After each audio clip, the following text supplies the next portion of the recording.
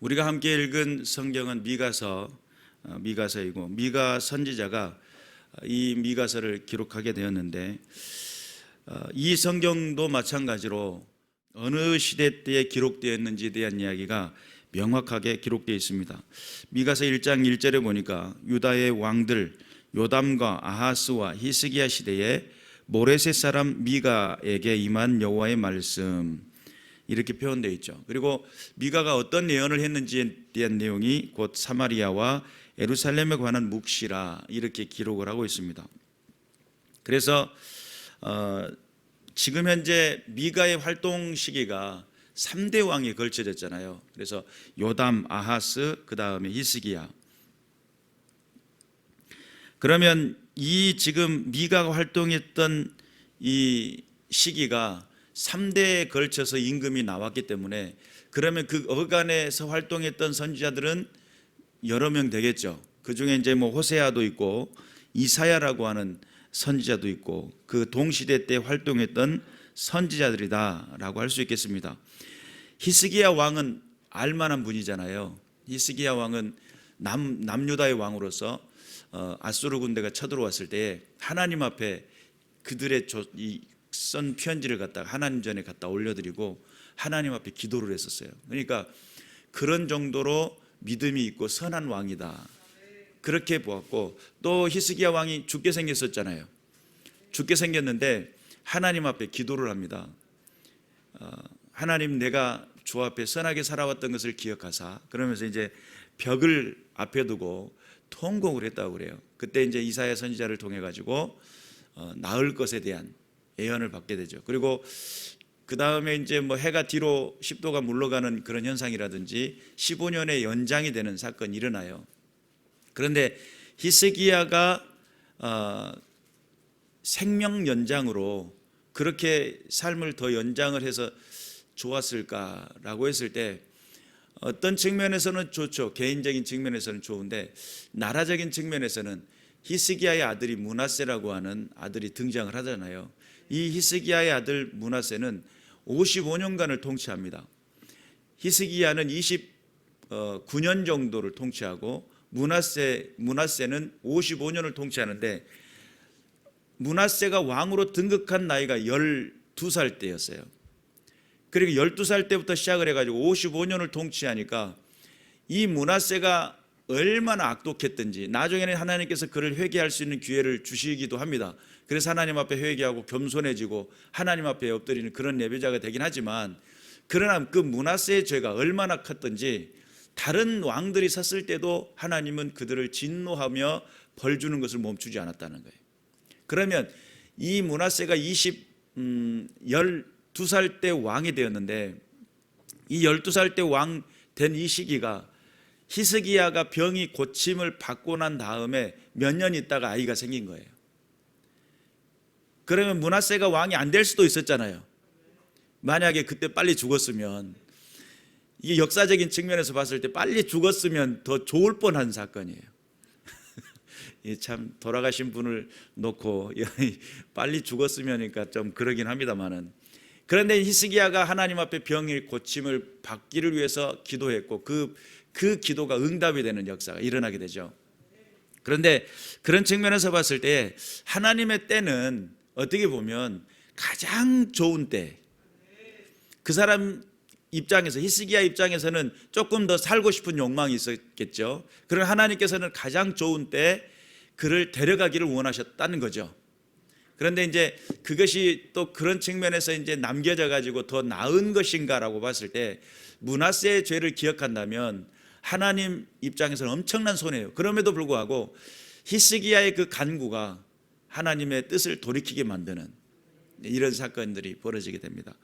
그리고 이제 히스기야보다 선대 왕들, 요담이라고 하는 왕은 선한 왕이었어요. 대략 4년 통치하고 그 다음 아하스에게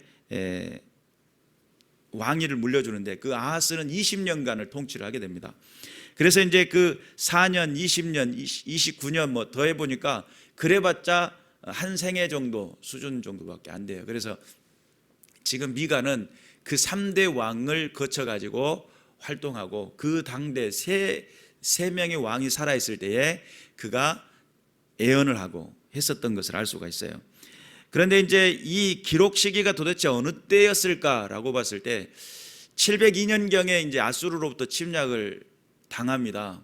그런데 아수르로부터 침략 당한 사건을 만약에 알았다면 미가서는 당한 것에 대한 이야기를 했을 건데 당할 것이라고 했기 때문에 702년보다 더 이전, 그러니까 그런 관건에서 봤을 때 대략 그 활동했었던 시기를 알 수가 있어요.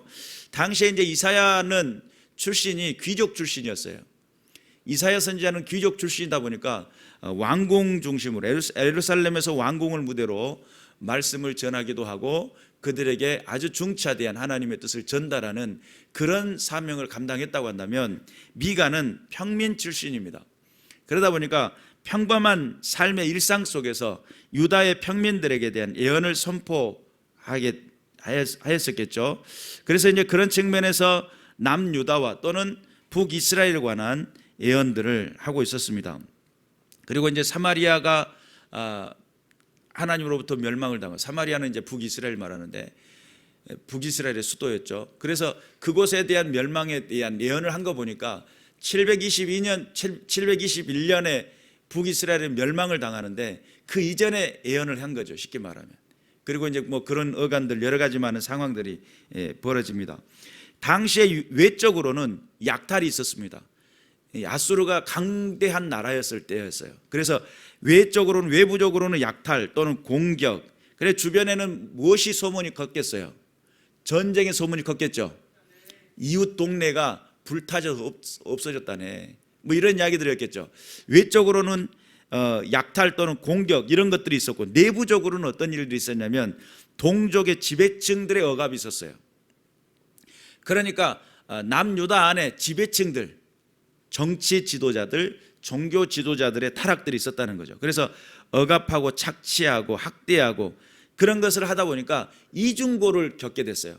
외부로는 약탈당하고 공격당하는 그런 상황이 있었고, 내부적으로는 거기에서 조금 다스리는 사람들이 조금 어려움 중에 처해있기 때문에 좀 도와주고 격려해주고 함께 살자, 우리가 함께 세워나가자 이런 개념이었으면 좋았을 텐데 약탈자가 돼가지고 그들을 억압하고 착취하고 학대하는, 그래서 이중고를 겪고 있었던 그 당시에 미가는 성 안에 사는 높은 자들, 가진 자들, 힘센 자들의 부패에 깊은 분노를 느끼고 있었습니다. 가진 자들의 폭행, 조금 더 있다고 하는 사람들이 더 나쁜 짓을 하고, 그것에 대해서 이제 미가는 분노를 일으키고 있었고, 미가가 지금 그 분노를 일으키면서 하나님이 주신 그 마음 안에 그가 예언을 하기 시작하는데, 이 부패를 통하여서 결국은 더욱더 그 강력한 외세의 침략을 당하게 될 것이다 라고 하는 하나님의 보호가 사라지고 또한 하나님의 진노가 임하게 되는 그러한 이유가 될 것이다 라고 하는 이야기가 미가서를 통해서 기록이 되어 있는데, 미가의 예언을 살펴보면 대략 한 6가지로 이야기할 수 있습니다. 첫 번째 예언은 북이스라엘의 멸망. 이것은 이제 미가가 활동하는 시기 가운데서 멸망하는 장면들을 봤잖아요. 그것을 직접 멸망하는 것을 보았어요. 북이스라엘의 멸망에 대한 예언이 미가서 1장 6절 7절에 나타나는데 결국은 멸망하게 되고, 또 아수르가 유다를 침공하는 것, 이것이 이제 702년 때 있었는데 이것이 미가서 1장 9절에서 16절에 나타나는, 그래서 이제 이런 사건들은 미가의 예언 말 그대로 그 후에 예언서가 기록된 그 후에 이루어지고 성취된, 지금부터 이제 두 번째부터 그러죠. 세 번째, 예루살렘에 대한 멸망. 미가는 이 멸망하는 걸 못 봤어요. 그런데 586년에 최종적으로 성전이 파괴가 되고 3차 포로로 이제 바벨론으로 이끌어가면서 그 일대를 쑥대밭을 만들어 버려요. 실제적으로는 예루살렘이 하나님의 예언하셨던 예레미야 선지자를 통해서 예언했던 그 예언의 성취는 605년에 이미 그것이 성취가 돼요. 왜냐하면 너희가 바벨론의 포로가 될 것이다 라고 할 때 1차 포로 때, 그때 다니엘도 잡혀가고 많은 귀족들이 잡혀가게 되는 여호와김 시대 때였어요. 그런 사건들이 이루어지게 되고 결국은 3차 포로까지 진행이 되면서 첫 번째 포로, 두 번째 포로, 세 번째 포로까지 진행이 되면서 철저하게 이스라엘은 밟혀버리고 거기에는 황폐하여지게 되는 그런 모습들을 보게 됩니다. 그리고 이제 그들이 포로로 잡혀갔다가 돌아올 것에 대한 예언도 미가가 했어요. 그래가지고 포로로 돌아온다는 이야기가 미가서 4장 1절에서부터 8절 이렇게 쭉 기록이 돼 있어요. 그리고 그러한 미가서를 통해 가지고 되어질 일들에 대한 이야기가 쭉 기록이 돼 있고, 그 다음에 이제 여섯 번째로 기록된 예언의 말씀 중에 우리가 살펴볼 내용이 베들레헴에서 메시아가 탄생할 것이다라고 하는 이야기입니다. 오늘 저와 여러분이 함께 읽었던 본문입니다. 그래서 베들레헴 에브라다야, 너는 유다 족속 중에 작을지라도 이스라엘을 다스릴 자가 내게서 내게로 나올 것이라. 그의 근본은 상고에 영원에 있느니라. 그런 예언이 어디에 기록되어 있다고요? 미가서에 기록됐어요. 그러면 예수님이 탄생하는, 미가가 701년까지 활동을 했었다고 가정을 하고, 그러면 대략 700년이 지난 후에 되어질 일들에 대한 것을 예언을 했는데 정확한 장소까지 이야기를 하게 되죠. 우리가 이제 마태복음 2장 1절에서부터 12절에 나타나는 동방박사 이야기를 들어보셨을 거예요. 그렇죠? 유다 베들레헴에서 예수가 이제 탄생하셨는데 동방박사들이 예루살렘에 이르러 가지고 묻습니다. 유대인의 왕이 유대인으로 왕으로 나신 이가 있는데 지금 어디 있느냐 이렇게 질문을 해요. 그러니까 동방에서 그의 별을 보고 그에게 경배하러 왔다고 이야기를 하면서 어디 있느냐라는 질문을 하니까 그 헤롯 왕과 온 예루살렘이 듣고 소동을 했어요. 난리가 난 겁니다. 유대인의 왕이 태어났다고. 지금 왕은 누구예요? 헤롯이잖아요. 헤롯이 왕인데 여기에 유대인의 왕이 태어났다고 하니까 실제적으로 다윗의 헤롯이라고 하는 그 왕은 다윗의 왕가가 아니에요. 그러니까 그는 이제 로마로부터서 부임받은 임금이다 보니까 너무 지금 이 상황에 자기가 누리고 있었던 그 왕위를 내려놓을 수밖에 없는 상황이죠. 예언이 성취됐다는데 이것을 기뻐해야 되는데 기뻐요, 안 기뻐요? 환장충만할 이야기예요. 내가 지금까지 누리고 내가 지금까지 살아왔던 것은 이건 은혜다라고 이야기하는 것이 아니고 내가 지켜야 된다, 이렇게 생각을 한 거죠. 결론적으로 예수 탄생, 메시아의 탄생은 어디서 이루어질까라고 하면서 질문을 합니다. 왕이 모든 대제사장과 백성의 서기관들을 모아가지고 그리스도가 어디서 나겠느냐, 만약에 메시아가 탄생한다면 성경에 예언을 했을 텐데 너희들은 잘할 거 아니냐, 그러면 메시아가 탄생한다고 했던 그 장소가 어디냐라고 질문을 합니다. 그때 이제 5절에 유대 베들레헴이오니 이는 선지자로 이렇게 기록된 바, 또 유대 땅 베들레헴아 너는 유대 고을 중에 가장 작지 아니하도다. 내게서 한 다스리는 자가 나와서 내 백성 이스라엘의 목자가 되리라 하였음이니이다. 여기서 지금 마태복음 2장 6절의 말씀은 어디 성경을 인용한 거예요? 미가서 5장 2절 말씀을 인용한 거예요.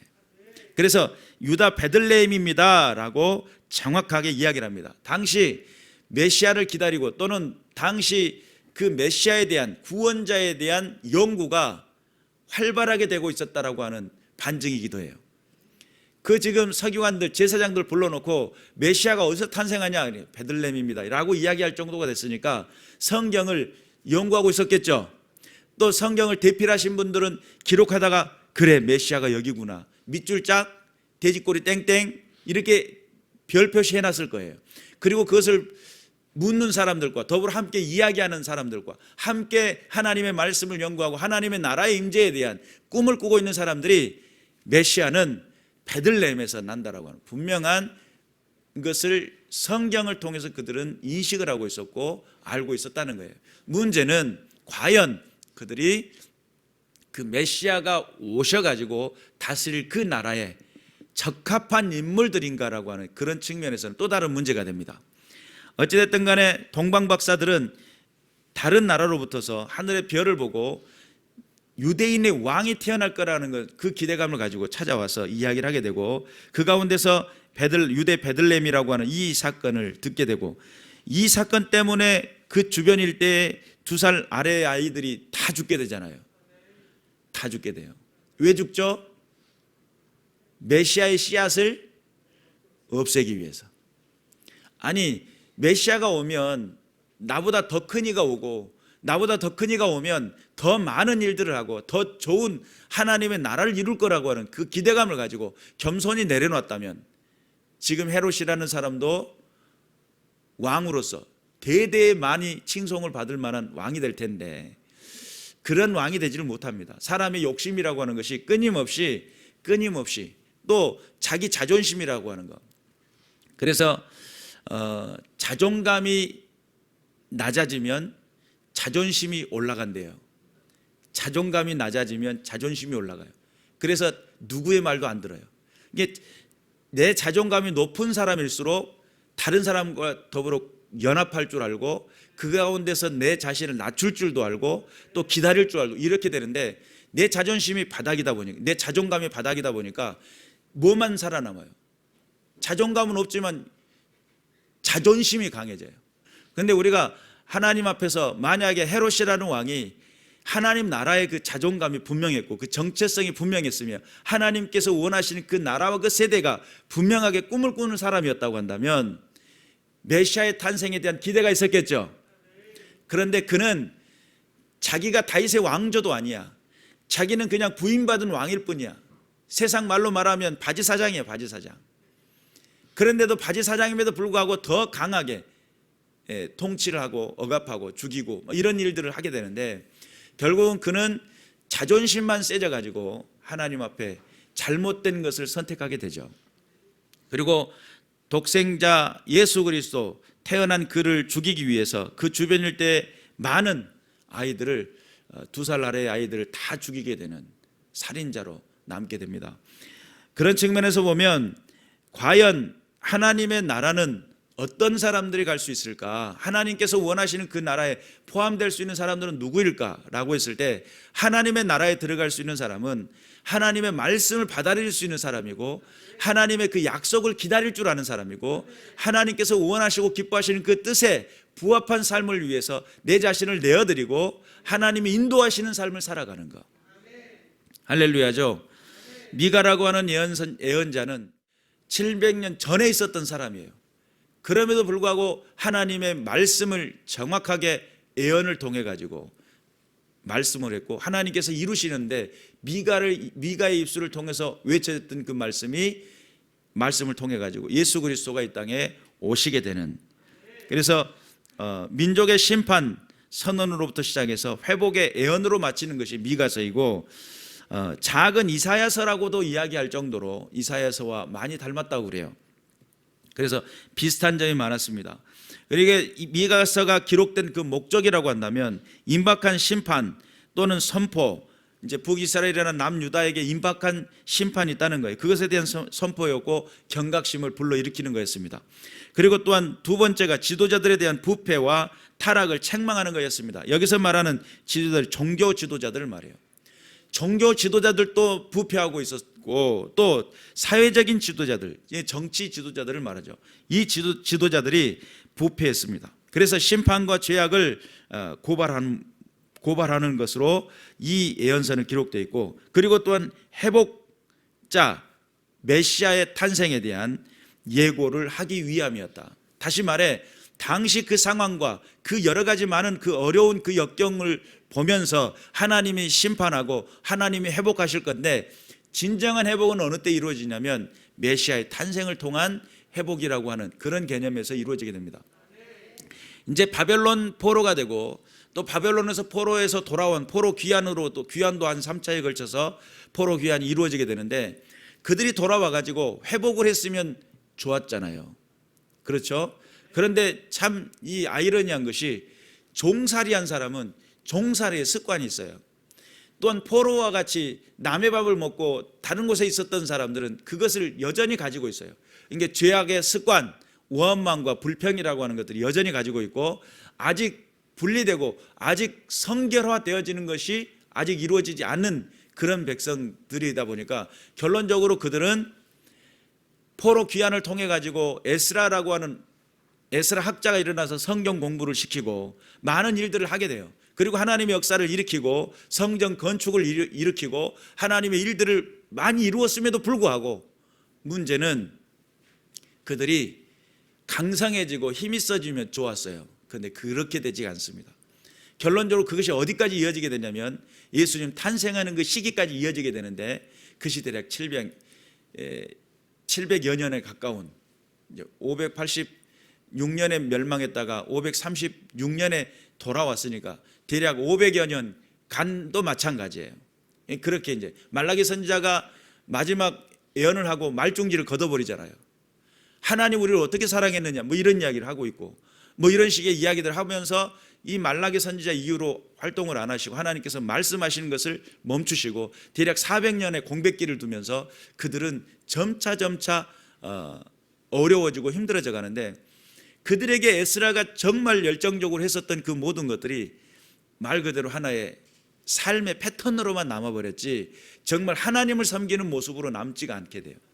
그러니까 예수님 오셔서 딱 보니까 그때 당시 종교 지도자들은 어디로부터 시작을 해요? 포로 귀환으로부터 시작됐던 바리새인들이라든지 사두개인들 이런 여러 가지 많은 영향력을 끼쳤던 사람들이 그때 당시는 왔는데 보니까 외식하는 자들, 회칠한 무덤 같고 그 중심 속에 하나님이 계시지 않는. 또 예수님 와서 보니까 당신은 목자를 잃은 양과 같이 유리하고 방황하고 있는 그런 모습들을 보게 됩니다. 그래서 예수 그리스도가 오신 그 상황 속에 그들은 회복될 기미가 보이지 않았고 이제는 예수님이 외치는 복음은 어떤 거냐면 믿음을 통한 회복입니다. 여러분 중생이라고 하는 것이 말 그대로 믿음을 통해서 우리가 중생하게 되죠. 예수님이 나를 위해 죽으셨다는 믿음, 나를 살리셨다는 믿음, 내가 하나님의 자녀가 된다라고 하는 그 분명한 믿음. 그러면 그 믿음은 나를 죄에서 용서했다고 하는 것은 나를 깨끗하게 했다는 뜻이에요. 다른 말로 표현하면 나를 깨끗하게 하는 것도 믿음이라는 거예요. 성결이라고 하는 개념도 믿음이라는 거예요. 나의 노력과 나의 공력이 아니에요. 그래서 바울은 내가 여러 사도들보다 더 많은 수고를 했음에도 불구하고 나의 나된 것은 주님의 은혜다 라고 고백을 하고 하나님께서 하셨다라고 하는 그 모든 것을 하나님이 하셨음을 고백합니다. 그래서 믿음으로 하나님과 동행하며 하나님이 나를 통해서 하나님의 하실 일들을 하게 하셨다라고 하는 그런 결론에 도달하게 됩니다. 그래서 지금 현재 오늘 여기 미가서는 5장 2절 말씀에 베들레헴 에브라다야 유다 족속 중에 작을지라도 이렇게 이야기를 하고 있죠. 베들레헴이라고 하는 분명한 장소를 이야기하고 있고 하나님께서 하시고자 하는 계획들을 말씀하고 계십니다. 그러면 이제 예수님의 초림 예수에 대한 이야기가 성경에 기록되어 있어서 성경을 묵상하고 성경을 주목하고 성경 말씀 안에 살려고 작정했던 사람들에게는 예수 그리스도 메시아에 대한 탄생에 대한 예언이 분명했죠. 그럼 우리가 한 가지 또 다른 관점에서 생각해 볼 것은 재림 예수. 초림 예수는 십자가를 지시기 위해서 오신 예수지만 재림 예수는 어떤 분이시냐면 모든 세상을 심판하러 오시는 예수님이에요. 근데 그 예수님이 오실 것에 대한 이야기가 바울 서신이라든지 또는 베드로 서신이라든지 이런 서신들 안에 요한계시록이라든지 이런 부분 안에 명확하게 기록되어 있어요. 예수님이 그런 말씀을 하십니다. 그때와 시기는 알지 못한다. 이런 말씀을 하시죠. 그런데 많은 사람들이 그때를 이야기하다가 이단 시비를 걷고 그렇습니다. 그런데 바울 서신을 읽다 보면 어떤 내용이 나오냐면 예수님 오실 시기는 어느 때냐면 적그리스도가 먼저 와야 된다는 거예요. 이게 정해진 거예요. 그러니까 지금 현재 우리 안에 여러 가지 많은 베리칩이라든지 여러 가지 많은 상황들로 여러분 다미 선교회처럼 이렇게 활동하시는 분들이 와가지고 예수님 오신다고 당신 이러다가 지옥 간다고 막 이렇게 협박을 받더라도 이 세대의 그 흐름을 아는 믿음의 사람들, 말씀 위에 서고 말씀에 준비된 사람들은 흔들리면 돼요, 안 돼요? 안 되죠? 그리고 말씀 안에서 분명하게 내가 어떤 삶을 살 것인지, 그래서 예수 그리스도는 다스릴 자라고 성경은 기록하고 있는데 그는 다스릴 자가 내게로 나올 것이다 라고 이야기하는데 당시 그 다스릴 자는 말 그대로 이 세상의 모든 선악을 다스리고 또 죄를 다스리고 마귀를 다스리고 축복과 저주를 다스리며 생사화복을 다스리며 인생을 다스리는, 또한 인생의 모든 심판의 주요 만왕의 왕으로서 오실 예수 그리스도, 그분은 이 땅에 다스릴 자로 오시고 그 다스릴 자는 이 세대의 모든 사람들 다 다스릴 것인데, 우리가 분명히 깨달아야 될 것은 그분이 다스림으로 오실 그때, 지금 이 다스린다라고 하는 그 말씀이 십자가의 초림 예수만 이야기하는 게 아니에요. 심판주로 오시는 예수까지도 포함이 되는 거예요. 그렇잖아요. 예수님 초림 때는 다스린다라기보다는 영적인 부분을 다스렸지, 실제적으로는 육체적인 관념에서는 엄청 핍박을 당하고 십자가에 죽게 되잖아요. 그러나 진정한 다스림은 언제 시작하냐면 재림으로 오실 예수 그리스도입니다. 그렇기 때문에 재림주로 오실 때, 그때에는 완벽하게 다스림 주이시고 또한 심판해 주이시고 만왕의 왕으로서 오신다는 거 믿으시기를 주님의 이름으로 축원합니다.